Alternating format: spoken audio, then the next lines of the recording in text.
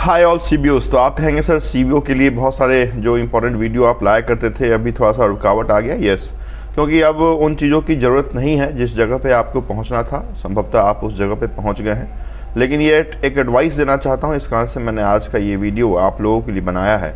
वो एडवाइस ये है, एडवाइस से पहले ये बता दूं कि आप लोगों ने जो भी सितंबर मंथ के लास्ट में आपने वो ज्वाइन किया, फर्स्ट बैच में आपने ज्वाइन किया, तो मेनी कॉन्ग्रेचुलेशन टू ऑल सीबीओस।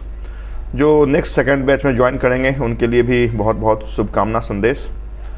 देखिए, आपके एसबीआईएलडी में ट्रेनिंग करने के बाद अभी आपकी एओ के थ्रू, आरबीओ के थ्रू ब्रांच में पोस्टिंग या तो हो गई होगी या फिर होगी, ठीक है। तो वहाँ पे जब आपकी ब्रांच में पोस्टिंग हो रही है या फिर एचआर वाले आपसे पूछते हैं कि किस जगह पे आपको पोस्ट किया जाए, अगर प्रेफरेंस आपसे पूछा जाता है तो सपोज आप किसी क्रेडिट प्रोफाइल से आ रहे हैं तो ऑब्वियस सी बात है आप क्रेडिट के लिए जाएं। क्रेडिट का एक वैल्यू होता है, वो आपके हमेशा जो आपकी इंटरनल प्रमोशन होगी, है ना, उसमें भी एक थोड़ा सा वेटेज मैं कह सकता हूँ कि दिया जाता है। तो आप अगर क्रेडिट की प्रोफाइल से आ रहे हैं, go with credit profile only. आप अगर ब्रांच बैंकिंग से आ रहे हैं तो ब्रांच बैंकिंग को आप ले सकते हैं, है ना। सर्विस मैनेजर के रोल आपको अलॉट किए जाएंगे। जो भी इरेस्पेक्टिव ऑफ रोल आपको अलॉट किए जा रहे हैं, उस रोल को आपको देखना है।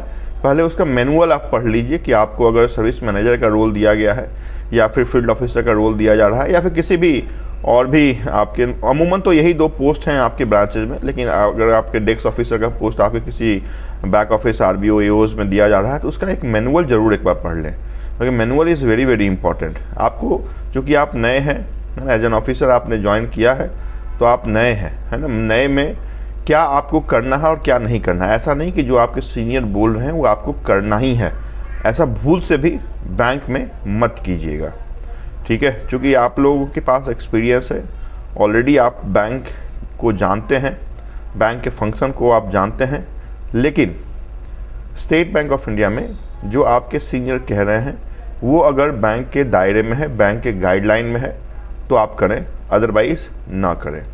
सपोज़ किसी सीनियर ने या फिर किसी ब्रांच मैनेजर ने आपको बोला कि आप इस अकाउंट को डेबिट कर दें, है ना, अनलेस एंड अनटिल वो लोन का अकाउंट, लोन पर्पस ना हो, राइट ऑफ सेटअप पर्पस ना हो, तो आप रिक्वेस्ट करें कि सर इस वाउचर पर साइन कर दें। Without voucher, without the consent of the customer, whether you are debiting for loan purpose, unless write off setup मैं कह रहा हूँ, और फॉर ऑपरेशनल बैंकिंग, आप डेबिट ना करें, ठीक है। तो ये बहुत इंपॉर्टेंट एडवाइस मैंने आपको दे दिया है। ये थ्रू आउट जब तक आप बैंक में हैं तब तक आप इस चीज़ को अपने साथ संजोड़ रखेंगे। न कि सिर्फ आपके बाद अगर कोई जूनियर भी आ रहे हैं तो उनको भी आप यही सलाह दें। ऐसा नहीं कि मैनेजमेंट के प्रेशर में आके आप PMSBY JJY का विदाउट कंसेंट ऑफ कस्टमर आप डेबिट कर रहे हैं, या किसी भी आप जनरल इंश्योरेंस का डेबिट कर रहे हैं without consent, without signature of customer और योर इमीडिएट बॉस, आप उस अकाउंट को डेबिट नहीं करेंगे, ठीक है। तो बैंक का एक बार गाइडलाइन आप जरूर देखिएगा कि आपको जो रोल दिया जा रहा है उसका गाइडलाइन क्या है, फंक्शन क्या है उसकी, है ना। तो एक बार मैनुअल आप समझ गए तो चीज़ों को अच्छे से आप फॉर्मुलेट कर सकते हैं। दूसरी बात, बैंक में आपको अपने सीनियर्स को रिस्पेक्ट देना है ना, अच्छा रिस्पेक्ट देना है। जो भी आपके सीनियर ब्रांच मैनेजर हैं या कोई, अगर आपके ब्रांच में 3-4 लोगों का आपका ऑफिसर का स्टाफ है तो जो भी आपके सीनियर होंगे उनको इस रिस्पेक्ट दीजिए। जो भी आपके जूनियर स्टाफ हैं, वार्ड स्टाफ है, क्लर्कियल स्टाफ है, उनको अगर कोई प्रॉब्लम आ रही है तो उसके जगह आप खड़े रहें, है ना। लीडरशिप जो क्वालिटी है ऑफिसर में, एक चीज़ बहुत इंपॉर्टेंट है कि लीडरशिप क्वालिटी का मतलब है कि अगर कोई चीज़ें आती है, अगर किसी से कुछ नहीं समझ में आ रहा है तो आपको वहाँ पर स्टैंड लेना है, ब्रांच मैनेजर को सपोर्ट करना है, क्लर्कियल स्टाफ के लिए आपको खड़े रहना है, तो ही आप एक अच्छे ऑफिसर के रूप में कंसिडर किए जाएंगे। Commitment is very very important towards your customer. कोई कस्टमर आपके पास कोई भी क्वेरी लेके आता है तो please keep a diary on your desk, है ना, और उस क्वेरी को लिखें। अगर आप इमीडिएट उस क्वेरी को सॉल्व नहीं कर पा रहे हैं तो उस क्वेरी को लिख लें, उसका मोबाइल नंबर आप ले लें, अगर कुछ ऐसे डॉक्यूमेंट का उसने रिक्वेस्ट किया तो उसका मेल ID भी ले लें, और उसको आप बोलें कि चले जाए, और पॉसिबल हो सके तो सेम डे, नहीं तो नेक्स्ट डे। और अगर कुछ ऐसे कॉम्प्लिकेशंस हैं जो IT के थ्रू हमें रिजॉल्व करने पड़ेंगे तो over the period of time आप उसे करके और फिर उस डायरी पे जो आपने उसकी क्वेरी लिखी थी उसको कट कर दें।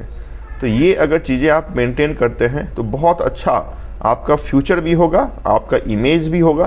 तो ये चीज़ें आपको थोड़ा सा कंसिडर करना पड़ेगा। लेकिन इन तमाम चीज़ों से सबसे इम्पॉर्टेंट ये है कि आप कंफर्म ऑफिसर अभी नहीं हैं। विद इन 6 मंथ आपकी कंफर्मेशन एग्जामिनेशन होगी, जिसका डिटेल मैंने आपको बता दिया है कि क्या क्या टॉपिक पूछे जाते हैं, किस तरीके से आपको अपने आप को प्रिपेयर करना है, क्या चांसेस आपको मिलते हैं। क्लियर?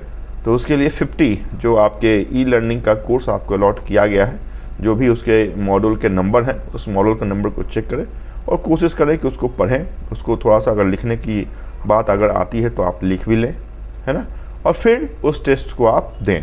तो ई लर्निंग को आप टारगेट ये रखिए कि 3 महीने के अंदर with in 2 month, maximum target आप यही रखें, विद इन 2 मंथ आप उस ई लर्निंग को कंप्लीट कर देते हैं, सो दैट नेक्स्ट जो 2 मंथ या 3 मंथ आपके पास होगा उसके लिए आप कंफर्मेशन एग्जामिनेशन के लिए बहुत अच्छे से तैयारी कर सकते हैं। तो once you have pass your confirmation examination, तो कभी हमें कुछ पीछे मुड़ के देखने की जरूरत नहीं होगी। until you are posted in SBILD or LHO or administrative office like AO और ZO और RBO, अगर ये आपकी कंफर्म पोस्टिंग नहीं है तो यहाँ से कोई भी बिल क्लेम आप नहीं कर पाएंगे जो भी आपने एक्सपेंस किया है ना। तो SBILD में आपने इंजॉयमेंट किया है अपने 2 वीक्स ट्रेनिंग के पीरियड को, तो उस पीरियड को आप संजोए रखें। उन जगहों से आप अपने बिल को या कोई भी ऐसे एक्सपेंडिचर आपके होंगे तो आप क्लेम नहीं कर पाएंगे unless you are posted finally in branch. तो ब्रांच में अगर आपकी पोस्टिंग हो जाती है तो आप बिल क्लेम कर सकते हैं। अगर RBO में ही आपकी पोस्टिंग हो गई डेस्क ऑफिसर के रूप में तो भी आप क्लेम कर सकते हैं। बट टेम्प्रेरी अगर किसी पोस्टिंग में हैं, आप लूप लाइन में हैं, आप ट्रांजिट मोड में हैं, तो वहाँ पे आप अपने बिल को क्लेम नहीं कर पाएंगे, चाहे वो कोई मेडिकल बिल हो या फिर किसी भी टाइप का out of pocket expense bill हो, तो आप क्लेम नहीं कर पाएंगे। तो बैंक में इन चीज़ों का ध्यान रखना है। जो प्रोफाइल हमको अलॉट किया गया है उस प्रोफाइल के लिए हम खड़े रहेंगे, सीनियर की रिस्पेक्ट करेंगे। क्लियर? डरना नहीं है। आप अगर कुछ गलत नहीं कर रहे हैं तो किसी से भी डरने की ज़रूरत आपको नहीं है। यही डर अगर किसी स्टाफ, किसी ऑफिसर, किसी क्लर्कल स्टाफ के मन में रहता है तो बहुत ज़्यादा प्रेशर में वो चला जाता है। तो डरिए मत, कुछ भी नहीं हो सकता है। ठीक है? जो टारगेट है नहीं अचीव हुआ तो नहीं अचीव हुआ, ठीक है, तो इसमें डरना नहीं है। आप एफर्ट कीजिए, जो आपका काम है वो आप कीजिए। नहीं अचीवमेंट हुआ तो नहीं हुआ। आप प्राइवेट बैंक में नहीं है, इस चीज़ को आपको कंसिडर करना है। Now you are become the part of India's largest public sector bank. Yes, pressure आपके पास रहेगा। आपके पास जो भी काम का हो, पब्लिक हो, बहुत बातें मैंने बताई हैं, तो वो प्रेशर आपके पास रहेगा। डरिए मत, कमिटमेंट को पूरा कीजिए और थोड़ा टाइम आपको शुरुआत के दिनों में ब्रांच में देना पड़ेगा। तो ऐसा ना समझें कि अगर आपने 10 बजे से आपकी ब्रांच है तो आप 6 या 7 बजे जा सकते हैं। थोड़ा टाइम दीजिए शुरुआत के दिनों में। यही 6-8 महीना अगर आप टाइम देते हैं, ठीक है, over the period of time आपको इतने घंटे रहने की ज़रूरत नहीं पड़ेगी। लेकिन शुरुआत के दिनों में अगर बाय 6:30 आपके जो स्टाफ हैं वो निकल रहे हैं, 6 o'clock आपके जो क्लर्कल स्टाफ है, अगर 10 to 5 का ब्रांच है तो 5-5:30 बजे आपके क्लर्कल स्टाफ निकल जाएंगे। तो उसके बाद एटलीस्ट कोशिश करें कि 2-2.5 घंटे रहें, जिसमें 1 घंटे आप ब्रांच का कोई भी ऐसा पेंडिंग वर्क है वो देखें और आधे घंटे एटलीस्ट ई लर्निंग या फिर बैंक का जो भी मैनुअल है उसको देखने का कोशिश करें, है ना। क्योंकि यही आपका वो फेज है जिस फेज में आपको कुछ सीखना है, कुछ समझना है और वही सीख और समझ के आपको अपने कन्फर्मेशन टेस्ट को देना है। तो आज मैंने आपके लिए सिर्फ यही एडवाइस लाया था कि कमिटमेंट को पूरा कीजिए, डरिए मत, ठीक है, रिस्पेक्ट दीजिए कस्टमर को भी, मैनेजमेंट को भी और अपने स्टाफ को भी।